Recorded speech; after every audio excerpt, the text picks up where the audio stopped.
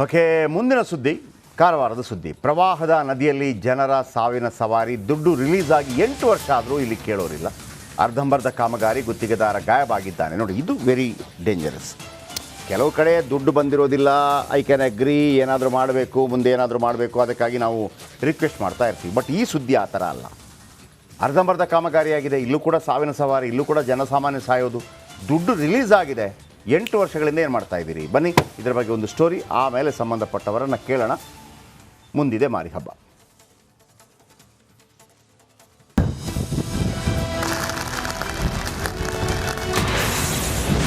ಸೇತುವೆ ಕಾಮಗಾರಿ ಅರ್ಧಕ್ಕೆ ನಿಲ್ಲಿಸಿ ಗಾಯಬ್.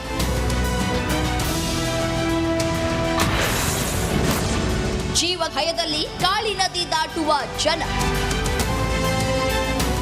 ಒಂದ್ ಕಡೆ ಅರ್ಧಕ್ಕೆ ನಿಂತ ಸೇತುವೆ ಕಾಮಗಾರಿ, ಮತ್ತೊಂದು ಕಡೆ ಬಾರ್ಜ್ ಮೂಲಕ ಪ್ರವಾಹ ನದಿ ದಾಟ್ತಾ ಇರುವ ಗ್ರಾಮಸ್ಥರು. ಈ ದೃಶ್ಯ ಕಂಡು ಬಂದಿದ್ದು ಉತ್ತರ ಕನ್ನಡ ಜಿಲ್ಲೆ ಕಾರವಾರ ತಾಲೂಕಿನ ಕೆರವಡಿ ಮತ್ತು ಉಳಗ ಗ್ರಾಮದಲ್ಲಿ. ಕಾಳಿ ನದಿ ದಾಟೋದಕ್ಕೆ ಹಲವು ವರ್ಷಗಳಿಂದ ಜನ ಪರದಾಡ್ತಾ ಇದ್ದಾರೆ. ತಮಗೊಂದು ಸೇತುವೆ ಮಾಡಿಕೊಡಿ ಅಂತ ಈ ಭಾಗದ ನಾಗರಿಕರು ಸರ್ಕಾರಕ್ಕೆ ಮನವಿ ಮಾಡಿಕೊಂಡಾಗ 2014ರಲ್ಲಿ ಸೇತುವೆ ಮಂಜೂರಾಗಿತ್ತು. 8 ವರ್ಷಗಳ ಹಿಂದೆ ಸುಮಾರು 25 ಕೋಟಿ ರೂಪಾಯಿ ವೆಚ್ಚದಲ್ಲಿ 300 ಮೀಟರ್ ಉದ್ದದ ಸೇತುವೆ ಕಾಮಗಾರಿ ಆರಂಭವಾಗಿತ್ತು. ಆದರೆ ಸೇತುವೆ ಗುತ್ತಿಗೆ ಪಡೆದ ಕಂಪನಿ ಅರ್ಧಕ್ಕೆ ಕಾಮಗಾರಿ ನಿಲ್ಲಿಸಿ ಗಾಯಬ್ ಆಗಿದ್ದಾರೆ. ಮತ್ತೆ ಕೆರೋಡಿ ಹೋಗುವ ನಮ್ಮದು ಸೇತುವೆ ಸುಮಾರು ವರ್ಷದಿಂದ ಸ್ಟಾರ್ಟ್ ಇತ್ತು. ಆದರೆ ಮಧ್ಯದಲ್ಲಿ ಏನೋ ಕೆಲಸ ಸ್ಟಾಪ್ ಆಯಿತು. ಯಾಕಂತ ನಮಗೂ ಗೊತ್ತಿಲ್ಲ. ಸುಮಾರು ನಾಗರಿಕರು, ಇಲ್ಲಿ ನಮ್ಮದು ಊರಿನ ನಾಗರಿಕರು ಎಲ್ಲರಿಗೆ ಪ್ರಾಬ್ಲಮ್ ಆಗ್ತಾ ಉಂಟು. ನಮ್ಮದು ಅದು 2 ಕಿಲೋಮೀಟರ್ ಆ್ಯಕ್ಚುಲಿ ದಾರಿ ಇಲ್ಲಿಂದ ಕೆರೋಡಿ ಹೋಗಬೇಕಾದ್ರೆ. ಅದು ಇವಾಗ ಅದು ಬ್ರಿಡ್ಜ್ ಆಗದೇ ಇದ್ದ ಕಾರಣ ನಾವೆಲ್ಲ ಮಲ್ಲಾಪುರದಿಂದ ಕದ್ರಾ ಎಲ್ಲ ತಿರುಗಾಡ್ಕೊಂಡು ಸುಮಾರು ಒಂದು 25 ಕಿಲೋಮೀಟರ್ ಸುಮಾರು ಆಗ್ತದೆ ದಾರಿ. ಅದಕ್ಕೆ ಜನರಿಗೆ ಎಲ್ಲರಿಗೆ, ಕಾಲೇಜ್ ಮಕ್ಕಳಿಗೆ ಹಾಗೂ ನಮ್ಮದು ಸ್ಕೂಲ್ ಮಕ್ಕಳಿಗೆ ತುಂಬ ಕಠಿಣ ಪರಿಸ್ಥಿತಿ ಆಗ್ತಾ ಉಂಟು. ಬ್ರಿಡ್ಜಿಂದ ನಮಗೆ ಉಳ್ಗ ಕೆರವಡಿ ಜನರಿಗೆ, ಆಮೇಲೆ ಹಳಗ ಜನರಿಗೆ ಮತ್ತು ಇಲ್ಲಿದೆ ಎಲ್ಲ ನಾಗರಿಕರಿಗೂ ಭಾಳ ಅವಶ್ಯಕತೆ ಇದೆ. ಯಾಕಂದರೆ ಇಲ್ಲಿಂದ ಕೈಗಾ ಹೋಗೋ ಜನರಿಗೂ ಭಾಳ ತೊಂದರೆ ಆಗ್ತಾ ಇದೆ ಕೆಲಸಕ್ಕೆ. ಮತ್ತು ಕೆರವಡಿಯಿಂದ ಉಳ್ಗ ಶಾಲೆಗೆಲ್ಲ ಬರ್ತಾ ಇದ್ದಾರೆ ಮಕ್ಕಳು, ಸಣ್ಣ ಮಕ್ಕಳೆಲ್ಲ ಇದ್ದಾರೆ. ಅವ್ರಿಗೆ ಬಾರ್ದ ಮೇಲೆ ತುಂಬ ತೊಂದರೆ ಆಗ್ತಾ ಇದೆ. ಕೆರವಡಿ, ದೇವಳಮಕ್ಕಿ, ಮಲ್ಲಾಪುರ, ಹಳಗ, ಉಳಗ ಸೇರಿದಂತೆ ಹಲವು ಗ್ರಾಮಗಳ ಸಂಪರ್ಕಕ್ಕೆ ಈ ಸೇತುವೆ ಬಹಳ ಮುಖ್ಯವಾಗಿದೆ. ಇದೇ ದೋಣಿಯಲ್ಲಿ ಸಾಗ್ತಾ ಇದ್ದಾಗ ದುರಂತದಿಂದಾಗಿ 7 ಮಂದಿ ಮೃತಪಟ್ಟಿದ್ರು. ಈ ನಡುವೆ ಬಾರ್ಜ್ಗಳ ಮೂಲಕ ಜನರು ಮತ್ತು ದ್ವಿಚಕ್ರ ವಾಹನಗಳು ದಾಟ್ತಿವೆ. ದೇವಳಮಕ್ಕಿ ಭಾಗದ ನೂರಾರು ವಿದ್ಯಾರ್ಥಿಗಳು ಶಾಲಾ ಕಾಲೇಜುಗಳಿಗೆ ಉಳಗಕ್ಕೆ ತೆರಳುತ್ತಾರೆ. ಅಲ್ಲದೆ ಉಳಗ ಕಡೆಯಿಂದ ನೂರಾರು ಜನರು ಕೈಗಾಕ್ಕೆ ಉದ್ಯೋಗಕ್ಕಾಗಿ ತೆರಳುತ್ತಾರೆ. ಮಳೆಗಾಲದಲ್ಲಿ ಕದ್ರಾ ಅಣೆಕಟ್ಟಿನಿಂದ ನೀರು ಹೊರಬಿಟ್ಟಾಗ ಕಾಳಿ ನದಿಯಲ್ಲಿ ಪ್ರವಾಹ ಉಂಟಾಗಿ ಜನ ಬಾರ್ಜ್ ಮೂಲಕ ನದಿ ದಾಟೋಕೆ ಭಯ ಪಡ್ತಾರೆ. ಕೆರವಡಿ ಮತ್ತು ಉಳಗ ಸಂಪರ್ಕಿಸುವ ಸೇತುವೆ ಕಾಮಗಾರಿ ಪೂರ್ಣವಾಗದೇ ಇರುವುದರಿಂದ ಜನರ ಪರದಾಟವಂತೂ ಮುಂದುವರೆದಿದೆ. ಸರ್ಕಾರ ಆದಷ್ಟು ಬೇಗ ಸೇತುವೆ ಕಾಮಗಾರಿ ಪೂರ್ಣಗೊಳಿಸಿ ಜನರಿಗೆ ಅನುಕೂಲ ಮಾಡಿಕೊಡ್ಬೇಕಾಗಿದೆ.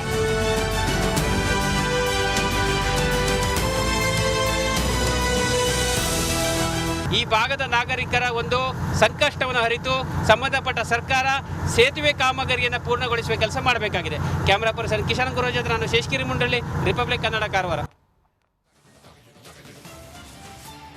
ನೋಡಿ ಸರ್, ಯಾವನಾದರೂ ಒಬ್ಬ ರಾಜಕಾರಣಿ ಇದರ ಬಗ್ಗೆ ಮಾತಾಡ್ತಾನೆ? ಅಲ್ಲಿ ಉತ್ತರ ಕನ್ನಡ ಭಾಗದವರು ನಮಗೆ ಒಂದು ಮಲ್ಟಿ ಸ್ಪೆಷಾಲಿಟಿ ಆಸ್ಪತ್ರೆ ಬೇಕು ಅಂತ ಕೇಳ್ತಾರೆ. ಓಕೆ, ಅದು ಅವರ ಆಗ್ರಹ. ಆಮೇಲೆ ನಾನು ಅದಕ್ಕೆ ಹೇಳಿದ್ದೆ, ನೀವು ಅದನ್ನು ಟ್ವಿಟರಲ್ಲಿ ಏನು ಮಲ್ಟಿ ಸ್ಪೆಷಾಲಿಟಿ ಆಸ್ಪತ್ರೆ ಬೇಕು ಅಂತಂದರೆ ಟ್ವಿಟರಲ್ಲಿ ಸಿಗುತ್ತೆ, ಬಿಟ್ಟರೆ ಈ ರಾಜಕಾರಣಿಗಳು ಮಾಡೋದಿಲ್ಲ ಅಂತೇಳಿ. ಈ ವಿಚಾರಕ್ಕೆ ಬರ್ತೇನೆ ನಾನು. 2014ರಲ್ಲಿ 25 ಕೋಟಿ ಮಂಜೂರಾಗಿದೆ. 25 ಕೋಟಿ ಅರ್ಧಂಬರ್ಧ ಮಾಡಿ ಓಡೋಗ್ಬಿಟ್ಟಿದ್ದಾರೆ. ನೀವು ಯಾವತ್ತಾದರೂ ಮಾತಾಡಿದರೆ, ಯಾವನಾದರೂ ಒಂದು MLA MP ಕಾಲ್ ಹಿಡಿದು ಕೇಳಿದ್ರೆ ಯಾಕಾಗಿಲ್ಲ ಅಂಥೇಳಿ ಅನೇಕರು ನಮಗೆ ಪ್ರಶ್ನೆ ಮಾಡ್ತಾರೆ. ಗುಡ್, ಮಾಡಬೇಕು. ಈ ಮಾಧ್ಯಮದಲ್ಲಿ ಅವರು ಇದನ್ನು ಯಾಕೆ ರೈಸ್ ಮಾಡಲ್ಲ? ಓಕೆ, ಮಾಧ್ಯಮಕ್ಕೆ ಮಾತ್ರ ರೈಸ್ ಮಾಡೋ ಜವಾಬ್ದಾರಿ ಇರೋದು, ಅಲ್ಲಿ ಜನ ಓಟ್ ಹಾಕಿದವರಿಗೆ ರೈಸ್ ಮಾಡೋ ಜವಾಬ್ದಾರಿ ಇಲ್ವಾ? 25 ಕೋಟಿ ಬಂದಿದೆ ಸರ್ 2014ರಲ್ಲಿ ರಿಲೀಸ್ ಆಗಿದೆ. ಕಾಳಿ ನದಿಗೆ ಅಡ್ಡಲಾಗಿ ಸೇತುವೆ ನಿರ್ಮಿಸಲು 2014ರಲ್ಲಿ ಅನುದಾನ. 8 ವರ್ಷದ ಹಿಂದೆ 25 ಕೋಟಿ ಮಂಜೂರಾಗಿತ್ತು. ಗುತ್ತಿಗೆ ಪಡೆದ ಕಂಪನಿ ಅರ್ಧಕ್ಕೆ ಕಾಮಗಾರಿ ನಿಲ್ಲಿಸಿದೆ. 300 ಮೀಟರ್ ಉದ್ದದ ಸೇತುವೆ ಕಾಮಗಾರಿ ಸ್ಥಗಿತಗೊಂಡಿದೆ. ಕೆರವಡಿ, ದೇವರಮಕ್ಕಿ, ಮಲ್ಲಾಪುರ, ಹಳಗ, ಉಳಗಾವ ಸಂಪರ್ಕ ಸೇತುವೆ. ಕದ್ರಾ ಅಣೆಕಟ್ಟಿನಿಂದ ನೀರು ಬಿಟ್ಟರೆ ಕಾಳಿ ನದಿಯಲ್ಲಿ ಪ್ರವಾಹ ಬರುತ್ತೆ. ಹೀಗಾಗಿ ಜೀವಭಯದಲ್ಲಿ ದೋಣಿಯಲ್ಲಿ ಸಾಕ್ತಾರೆ ವಿದ್ಯಾರ್ಥಿಗಳು. ಈಗಲೂ ಕೂಡ 25 ಕೋಟಿ ಎಲ್ಗೋಯ್ತು. ಯಾವನಾದರೂ ಕೇಳಿದ್ರಾ? ಸತೀಶ್ ಶೈಲ್ ಅಲ್ಲಿಯ ಕಾರವಾರ ಶಾಸಕರು ಈಗಂತೂ ತುಂಬ ಒಳ್ಳೆ ಕೆಲಸ ಮಾಡ್ತಾಯಿದ್ದಾರೆ. ಯಾಕಂದರೆ ಇದರ ಟೈಮಲ್ಲಿ, ಯಾವುದರ ಟೈಮಲ್ಲಿ, ಈ ಶಿರೂರು ದುರಂತ ಟೈಮಲ್ಲಿ ಇದ್ದರು. ನಾವು ಸುಳ್ಳು ಹೇಳಬಾರ್ದು. ಯಾಕೆ ಇದನ್ನು ಹಿಂಗೆ ಬಿಟ್ಟರು? ಮಂಕಾಳ ವೈದ್ಯ ಜಿಲ್ಲಾ ಉಸ್ತುವಾರಿ ಸಚಿವರು ಯಾಕೆ ಬಿಟ್ಟರು? ಈಗ ನಾವು ಕೇಳ್ತಿರೋದು ಪ್ರವೀಣ್ ಗವಾಸ್, ಕೆರವಡಿ ಗ್ರಾಮ ಪಂಚಾಯತ್ PDO, ಗ್ರಾಮ ಪಂಚಾಯತಿ ವ್ಯಾಪ್ತಿಗೆಲ್ಲ ಬರುತ್ತೆ ಅದು ಸ್ವಲ್ಪ, ಅಂದರೆ ಆ ಪ್ರದೇಶ. ರಾಮಚಂದ್ರ ನಾಯಕ್ ಗ್ರಾಮ ಪಂಚಾಯತಿ ಅಧ್ಯಕ್ಷರು, ಈಶ್ವರ ಖಂದು ಜಿಲ್ಲಾ ಪಂಚಾಯತ್ CO, ಲಕ್ಷ್ಮೀಪ್ರಿಯಾ ಮೇಡಮ್ ಜಿಲ್ಲಾಧಿಕಾರಿಗಳು, ಸತೀಶ್ ಶೈಲ್ ಕಾರವಾರ ಶಾಸಕರು, ಮಂಕಾಳ ವೈದ್ಯ ಜಿಲ್ಲಾ ಉಸ್ತುವಾರಿ ಸಚಿವರು. ಎಲ್ಲಿ ಹೋಯ್ತು ದುಡ್ಡು ಅಂತ ನಾನು ಕೇಳ್ತಿರೋದು. 300 ಮೀಟ್ರ್ ಮಾಡಿದ್ದಕ್ಕೆ 25 ಕೋಟಿ ಖರ್ಚಾಯ್ತಾ? ಆ ಮಂಜೂರಾದ ದುಡ್ಡು ಎಲ್ಲಿ ಹೋಯ್ತು? ಯಾರು ಕೇಳಬೇಕು? ಆಮೇಲೆ ಅಲ್ಲಿ ನೋಡಿ, ರಾಮಚಂದ್ರ ನಾಯಕ್ ಅವರೆಲ್ಲ ಇದ್ದಾರೆ, ಹಿರಿಯರಿದ್ದಾರೆ. ಅವ್ರ ಬಗ್ಗೆ ಎಲ್ಲ ನೋಡುವಾಗ ನಮಗೊಂದು ಅಪಾರವಾದ ಗೌರವ ಬರುತ್ತೆ ನೋಡಿ. ಅವ್ರ ಫೋಟೋ ನೋಡಿದಾಗ, ಈಗ ಅವರನ್ನು ನೋಡಿದಾಗ ಒಂದು ಕಳಕಳಿ ಇದೆ ಸಮಾಜದ ಬಗ್ಗೆ ಅಂತೇಳಿ. ಪಾಪ ಇವ್ರಿಗೆ ಧ್ವನಿ ಎತ್ತೋಕ್ಕೆ ಅವಕಾಶ ಇದೆಯೋ ಇಲ್ವೋ ಇದಕ್ಕೊಂದು ಗೊತ್ತಾಗಬೇಕಲ್ಲ. 25 ಕೋಟಿ ಸರ್, 8 ವರ್ಷದ ಹಿಂದೆ. ನೀವು 25 ಕೋಟಿಯನ್ನು 8 ವರ್ಷದ ಹಿಂದೆ ಬ್ಯಾಂಕಲ್ಲಿ ಇಟ್ಟಿದ್ರು ಕೂಡ, ಎಲ್ಲಿ ಬ್ಯಾಂಕಲ್ಲಿ ಇಟ್ಟಿದ್ರು ಕೂಡ ಇನ್ನೊಂದು 2 ವರ್ಷಕ್ಕೆ ಡಬಲ್ ಆಗ್ತಾಯಿತ್ತು, 50 ಕೋಟಿ ಆಗ್ತಾಯಿತ್ತು. ಸುಮ್ಮನೆ ಒಂದು ಹೇಳಿದೆ, ಎಲ್ಲೋಯ್ತಾಗಿದ್ರೆ ಆ ದುಡ್ಡು? ಯಾರು ಕೇಳಬೇಕು ಅದನ್ನು? ಮೊನ್ನೆ ಒಂದು ಸೇತುವೆ ಬಿದ್ದು ರಂಪಾಟ ಆಯಿತು, ಬಟ್ ಪಕ್ಕದಲ್ಲಿ ಇನ್ನೊಂದು ಸೇತುವೆ ಇತ್ತು, ಚಲ್ತಾ. ಇದನ್ನು ಜನಗಳು ಕೇಳಲ್ವ? ನನಗೆ ಭಾಳ ಆಶ್ಚರ್ಯ ಆಗದೆ. ನಾವು ಯಾವುದಾದ್ರೂ ಒಂದು ಸುದ್ದಿ ಪ್ರಸಾರ ಮಾಡದೇ ಇದ್ದರೆ, ಮಾಧ್ಯಮಗಳು ಎಲ್ಲ ಕೆಟ್ಟ ಸುದ್ದಿಗಳನ್ನೇ ಪ್ರಸಾರ ಮಾಡಿದ್ರೆ ಬೈತೀರಿ. ನಿಮಗೆ ಎಲ್ಲ ರೈಟ್ಸ್ ಇದೆ ಬೈಯೋದು. ನಾನು ಅದನ್ನು ಯಾಕೆ ಬೈತೀರಿ ಅಂತ ಕೇಳಲ್ಲ. ನೀವು ಈ ಪ್ರಶ್ನೆನ ರೈಸ್ ಯಾಕೆ ಮಾಡಲ್ಲ? ಬನ್ನಿ, ಇದರ ಬಗ್ಗೆ ಶೇಷಗಿರಿ ಹೆಚ್ಚಿನ ಮಾಹಿತಿಯನ್ನು ಕೊಡ್ತಾರೆ. ಶೇಷಗಿರಿ, 25 ಕೋಟಿ ಅಂದರೆ ಸಣ್ಣ ದುಡ್ಡಲ್ಲ. 2014ರಲ್ಲಿ 300 ಮೀಟರ್, ಇನ್ನು ಎಷ್ಟು ಮೀಟ್ರ್ ಬಾಕಿ ಇದೆ? ಅವನು ಗಾಯಬಾಗಿ ಹೋಗಿದ್ದಾನೆ ಅಥವಾ ಎಲ್ಲಿದ್ದಾನೆ? ಯಾಕೆ ಇದರ ಬಗ್ಗೆ ಯಾರು ಮಾತಾಡ್ತಾ ಇಲ್ಲ? ಅಲ್ಲಿ ಗ್ರಾಮ ಪಂಚಾಯತ್ ಅಧ್ಯಕ್ಷರ ಬಗ್ಗೆ ನನಗೊಂದು ಒಳ್ಳೆ ಭಾವನೆ ಮೂಡ್ತಾ ಇದೆ, ಹಿರಿಯರಿದ್ದಾರೆ ಅನ್ನೋ ಕಾರಣಕ್ಕಾಗಿ.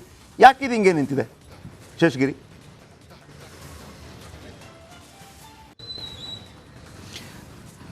ಹೌದು ಜಯಪ್ರಕಾಶ್, ಉತ್ತರ ಕನ್ನಡ ಜಿಲ್ಲೆಯ ಗ್ರಾಮೀಣ ಪ್ರದೇಶಗಳ ಜನರು ಸಾಕಷ್ಟು ತೊಂದರೆಯನ್ನು ಕೂಡ ಎದುರಿಸ್ತಿದ್ದಾರೆ. ಅದರಲ್ಲೂ ಭಾಳ ಪ್ರಮುಖವಾಗಿ ಕಾರವಾರ ತಾಲೂಕಿನ ಕೆರವಡಿಯಿಂದ ಉಳಗಾವನ ಸಂಪರ್ಕಿಸುವ ಒಂದು ಸೇತುವೆ ಕಾಮಗಾರಿ ಕಳೆದ 8 ವರ್ಷಗಳ ಹಿಂದೆ ಈ ಸೇತುವೆ ಕಾಮಗಾರಿ ಆರಂಭವಾಗಿತ್ತು. ಆ ಸಂದರ್ಭದಲ್ಲಿ ಕಾಂಗ್ರೆಸ್ ಸರ್ಕಾರ ಕೂಡ ಅಧಿಕಾರದಲ್ಲಿತ್ತು. ಕಾರವಾರ ಶಾಸಕರಾಗಿರುವಂಥ ಸತೀಶ್ ಶೈಲ್ ಅವರು ಕೂಡ ಅಧಿಕಾರದಲ್ಲಿದ್ದರು. ಆ ಸಂದರ್ಭದಲ್ಲಿ ಮಂಜೂರಿ ಆಗಿದ್ದಂಥ ಸೇತುವೆ ಅರ್ಧಕ್ಕೆ ನಿಂತಿದೆ. ಹೀಗಾಗಿ ಈ ಭಾಗದ ನಾಗರಿಕರ ಒಂದು ಆಕ್ರೋಶಕ್ಕೆ ಮತ್ತು ಅವರ ತೊಂದರೆಗೆ ಕೂಡ ಕಾರಣವಾಗಿದೆ ಅಂತ ಹೇಳ್ಬೋದು. ಸುಮಾರು 25 ಕೋಟಿ ವೆಚ್ಚ ಮಾಡಿ ಈ ಒಂದು DRN ಇನ್ಫ್ರಾಸ್ಟ್ರಕ್ಚರ್ ಕಂಪನಿ ಈ ಒಂದು ಕಾಮಗಾರಿ ಮಾಡಿತ್ತು. ಆ ಸಂದರ್ಭದಲ್ಲಿ ಗುತ್ತಿಗೆದಾರ ಅರ್ಧಕ್ಕೆ ಬಿಟ್ಟು ಹೋಗಿದ್ದರಿಂದ ಜನರು ಕೂಡ ಇಂದಿಗೂ ಕೂಡ ಪರದಾಡ್ತಾ ಇದ್ದಾರೆ. ಬಹಳ ಪ್ರಮುಖವಾಗಿ ಕೆರವಡಿಯಿಂದ ಉಳ್ಗಾಕ್ಕೆ ನೂರಾರು ವಿದ್ಯಾರ್ಥಿಗಳು ಶಾಲಾ ಕಾಲೇಜುಗಳಿಗೆ ಬರ್ತಾರೆ. ಕಾಲೇಜುಗಳಿಗೆ ಬಂದ ಸಂದರ್ಭದಲ್ಲಿ ತೊಂದರೆಯನ್ನು ಕೂಡ ಅನುಭವಿಸ್ತಾರೆ. ಹೀಗಾಗಿ ಯಾವುದಾದ್ರೂ ದೋಣಿ ಮೂಲಕವೋ ಅಥವಾ ಬಾರ್ಜ್ಗಳ ಮೂಲಕವೋ ನದಿಯನ್ನು ದಾಟಬೇಕಾದ ಪರಿಸ್ಥಿತಿ ಇನ್ನೂ ಕೂಡ ಮುಂದುವರೆದಿರುವಂಥದ್ದು.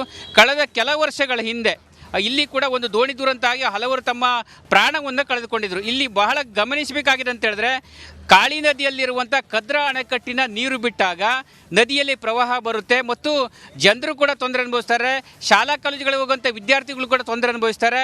ಹೀಗಾಗಿ ಅವರ ಒಂದು ಪರದಾಟ ಕೂಡ ಮುಂದುವರೆದ ಅಂತೇಳಿ ಸಂಬಂಧಪಟ್ಟ ಸತೀಶ್ ಶೈಲ್ ಅವರು ಕೂಡ ಈ ಹಿಂದೆ ಅಧಿಕಾರದಲ್ಲಿದ್ದಾಗ ಸೇತುವೆ ಕಾಮಗಾರಿಯನ್ನು ಮಾಡಿದರು. ಆದರೆ ಗುತ್ತಿಗೆದಾರ ಅರ್ಧಕ್ಕೆ ಬಿಟ್ಟು ಹೋಗಿದ್ದರಿಂದ ಈಗ ಜನರು ಕೂಡ ಅದೇ ರೀತಿ ಪರಿಸ್ಥಿತಿಯನ್ನು ಎದುರಿಸ್ತಾ ಇದ್ದಾರೆ. ಮತ್ತು ಈ ಹಿಂದೆ ಬಂದಂತಹ BJP ಸರ್ಕಾರ ಈ ಕಾಮಗಾರಿಯ ಬಗ್ಗೆ ಯಾವುದೇ ಲಕ್ಷ್ಯ ಕೂಡ ವಹಿಸಿಲ್ಲ ಎಂಬ ಮಾತುಗಳನ್ನು ಇಂದಿನ ಶಾಸಕರು ಹೇಳ್ತಾರೆ. ಆದರೆ ಈಗ ಮತ್ತೆ ಕಾಂಗ್ರೆಸ್ ಸರ್ಕಾರ ಅಧಿಕಾರದಲ್ಲಿದ್ದೆ. ಸತೀಶ್ ಶೈಲ್ ಅವರು ಕೂಡ ಮತ್ತೆ MLA ಆಗಿದ್ದಾರೆ. ಅವರಾದರೂ ಇನ್ನಾದರೂ ಈ ಸೇತುವೆಯನ್ನು ಕಾಮಗಾರಿಯನ್ನು ಮಾಡಿ ಪೂರ್ಣಗೊಳಿಸಿದರೆ ಜನರ ಒಂದು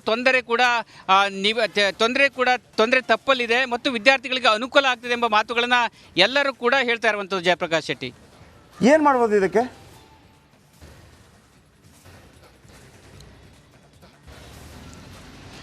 ಹೌದು ಜಯಪ್ರಕಾಶ್, ಯಾಕಂತ ಹೇಳಿದ್ರೆ ಇವತ್ತಿನ MLA ಅವ್ರನ್ನ ನಾವು ಮಾತಾಡಿಸಿದ ಸಂದರ್ಭದಲ್ಲಿ ಈ ಕಾಮಗಾರಿಯನ್ನು ನಾನು ಇನ್ನು 1 ವರ್ಷದೊಳಗೆ ಪೂರ್ಣಗೊಳಿಸಿ ಕೊಡ್ತೇನೆ ಎಂಬ ಮಾತುಗಳನ್ನು ಹೇಳ್ತಾರೆ. ಆದರೆ ಅವರ ಮಾತನ್ನು ನಾವು ನಂಬಲಿಕ್ಕೆ ಆಗೋದಿಲ್ಲ. ಯಾಕಂತ ಹೇಳಿದ್ರೆ ಈಗಾಗಲೇ ಕಾಮಗಾರಿ ಆರಂಭಿಸಿ 8 ರಿಂದ 9 ವರ್ಷಗಳು ಕೂಡ ಕಳೆದಿದೆ.